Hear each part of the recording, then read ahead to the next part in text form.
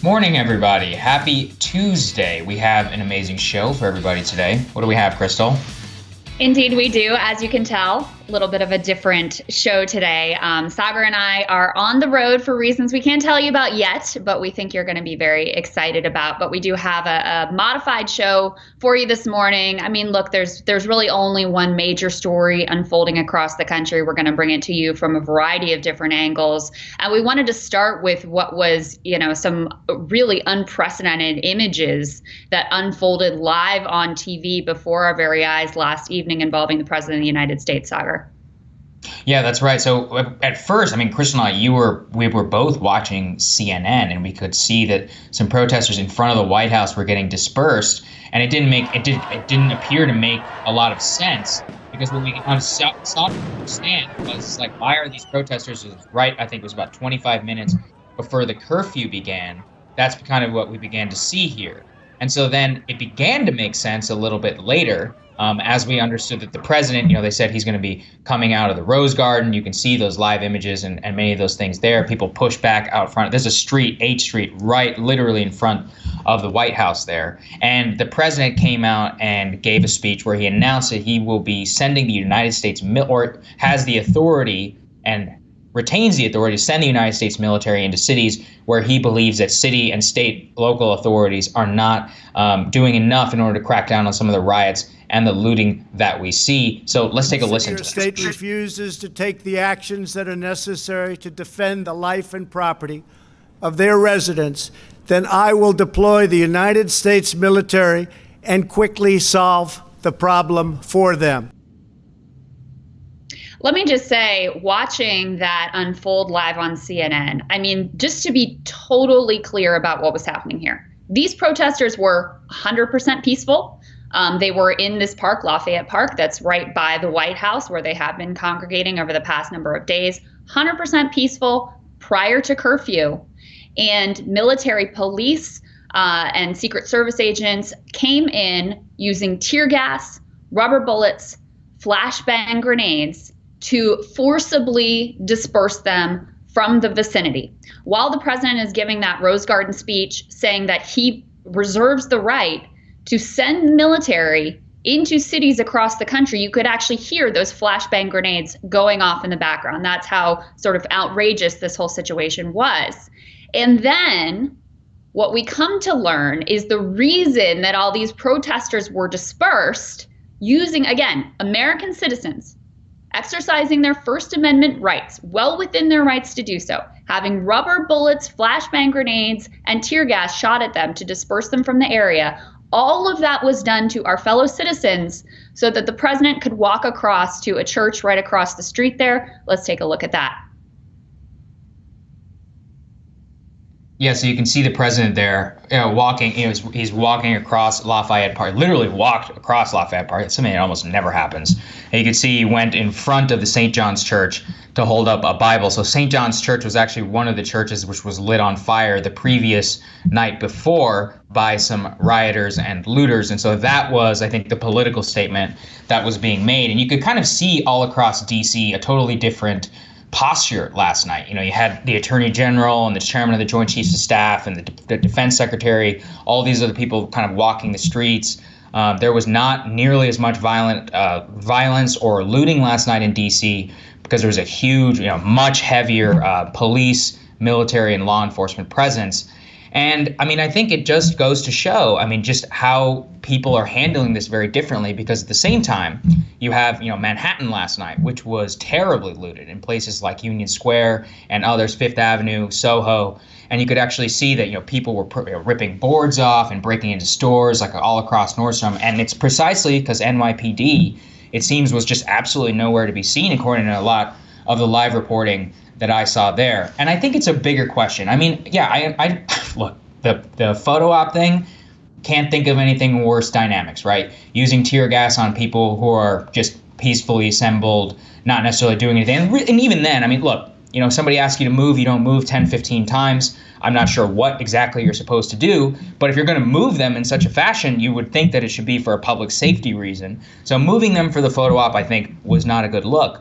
But the broader implication of what Trump was saying here, about using the Insurrection Act and about using the United States military in order to quell violence. And I think that we should be clear here, like the protest, like what the military and all these, the police and National Guard are being deployed for is a law enforcement effort to stop rioting and looting. It's not to crack down on peaceful protesters. How can you say that when before our very eyes, while the president is invoking the Insurrection Act and saying, I stand with peaceful protesters, he is using violence against them in that very moment, intentionally, to make a point.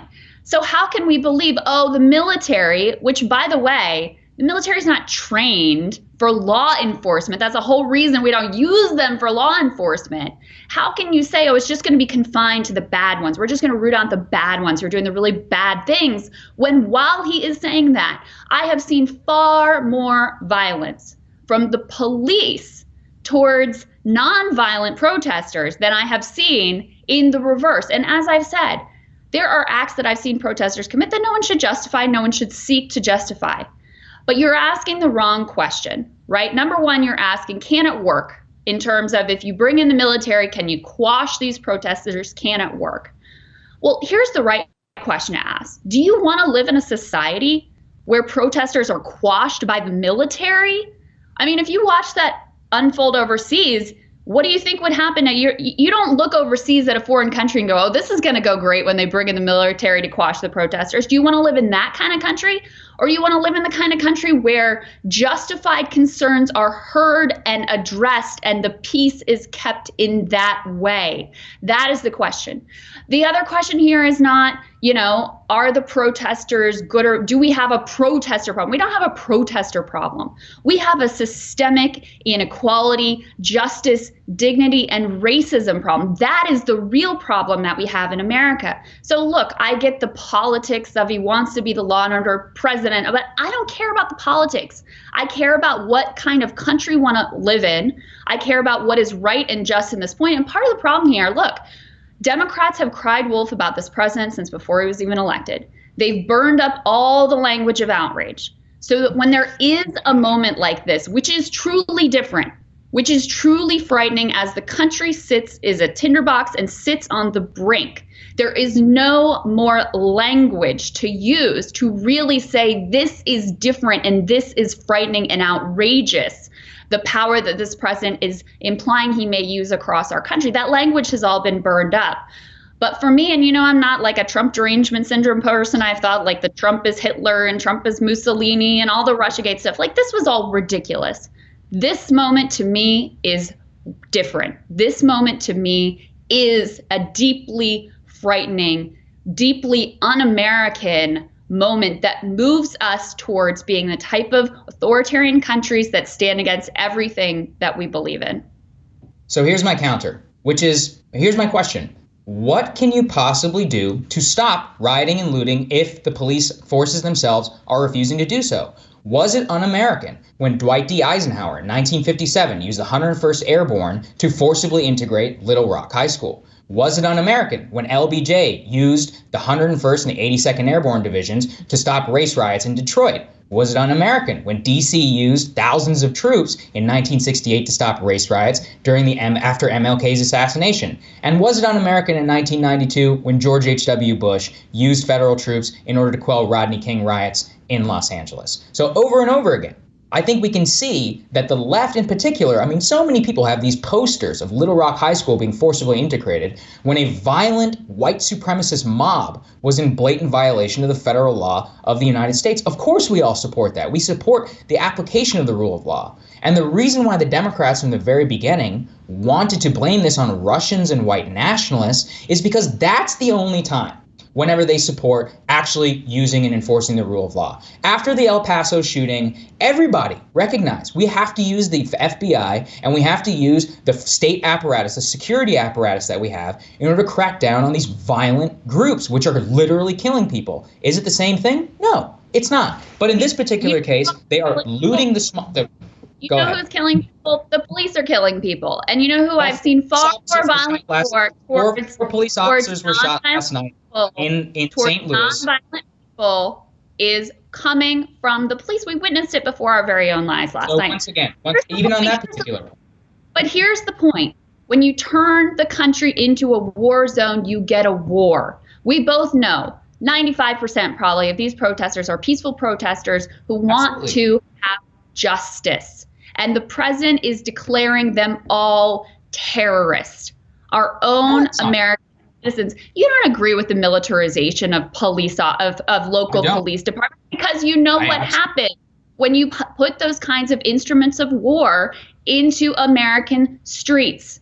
Can you deal with the small number of criminals who are opportunistically using these Sure, local police departments can deal with that. We don't have a protester problem. We have a problem of structural inequities. Look, we talk on this show all the time about the looting at the top and the inequities. And look, you push people too far, you watch what happens. And then when the populist uprising comes, you can't be like, oh, we got to bring in the military to quash them, when we've both been saying the pitchforks are coming. This is cause and effect. Of course. Well, and so that's the misunderstanding of this, which is that rioting and looting is not populist uprising. Opportunistic, in many cases, sociopathic criminals using and exploiting a righteous cause like this only does damage to that cause. And people need to, again, understand, when I say the populist uprising is coming, does that mean that I want people to channel that into rioting and looting the streets? No. The peaceful protests, I support them 100%. It is not the case that they're being used. But once again, we can't just say and whitewash exactly what's happening here, which is that there's not an epidemic of unarmed men in America getting killed by police, black or white. It's just not true. The Washington Post went in and analyzed this, which is the vast majority. We're talking about 6% of the people who were killed by police over 4.5 years were unarmed protesters. That's 6% too many. But the vast majority of them have guns or they have knives on them. And again, I don't support the militarization of the police, especially on a local level. But you're saying the local police can deal with this. It's just not the case. Why is it that New York City was ransacked and looted last night? Why is it that 4 police officers in St. Louis were shot last night? Why is it that a federal security officer in Oakland was shot and killed, an African-American man? So again, on the populist uprising front, which is, yes, nobody understands as well, maybe on the right as I do, about what might push people to feel as if they're on the brink. But I return again to what the ends of a populist uprising needs to be. And in this particular case, there are no political ends that are actually being justified. There's no political cause that is being asked. What is it? End racism? What does that mean? Did it mean that we end? Did we end racism now that there are 1/3 fewer black men in American prisons right now than there were in 2006? That's an empirical fact. Society together using military force. You have to address the underlying causes. But this president, and again, Democrats have cried wolf a million times and there's no language of outrage left. But this president wants to turn this into a war. And I think that is one of the most dangerous things I have ever seen in my lifetime.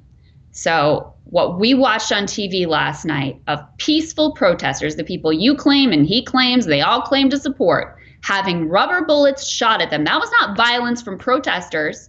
That was violence from the military and the Secret Service, from the weapons of the state. That is the violence that I am seeing overwhelmingly in the streets. And this president only wants to increase that amount of violence.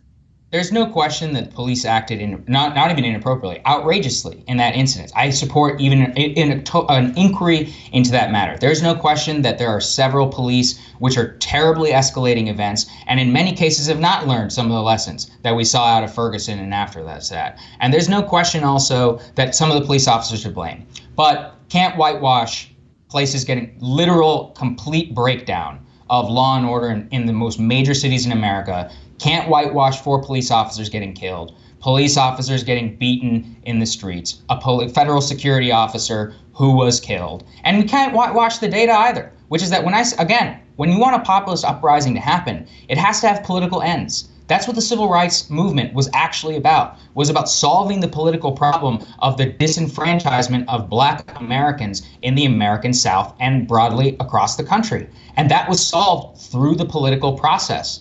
And that's not something that anybody here is particularly pushing for. And I just completely reject the idea that people which are throwing bricks into stores, people who break the AFL-CIO building in downtown Washington, D.C., which is a union organization, I don't think they give a rat's ass about the actual political ends of the peaceful protest movement. I think a lot of them are just opportunistic criminals. And I think that it is in that particular case. And again, I mean, 170 small businesses destroyed in St. Paul, Minnesota. I don't have a lot of sympathy for, we have these big corporations which are getting broken into and all these. Who do you think suffers when these places are broken up? Who are the working class men and women who have to go fix it up and who work at those particular stores? And small businesses which gets destroyed, you think they have insurance, corporate insurance, the way that other people have? Just the narrative on this and the justification of complete violence, law and order, rioting, I think it's outrageous. I think it's completely outrageous. Of police violence and military violence against our own citizens is outrageous. And the reality is, yes, I don't support small business destruction. I don't support any violence, one against each other, human being against human being, which again, I've seen far more coming from the police than from these protesters. But you have to deal with the reality. This is the first time that these people are actually getting heard. And that is an indictment of the entire system all the way around.